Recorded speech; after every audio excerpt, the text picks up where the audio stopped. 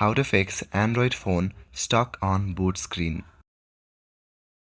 The first step that you can do is to force restart your phone. Hold down the power button for 10 to 20 seconds.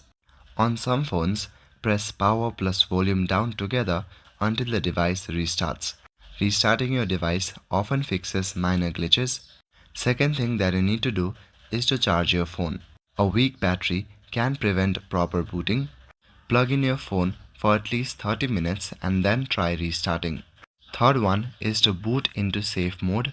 Hold power button and tap and hold on power off until you see safe mode option.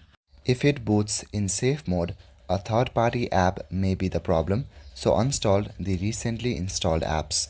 If reset doesn't help, your OS might be corrupted. Use tools like Odin for Samsung, SP Flash Tool for MediaTek, or manufacturer's PC software to reinstall stock RAM or firmware. If nothing is working, it might be hardware related. In this case, visit a certified service center for repair. That's all for today. Thank you.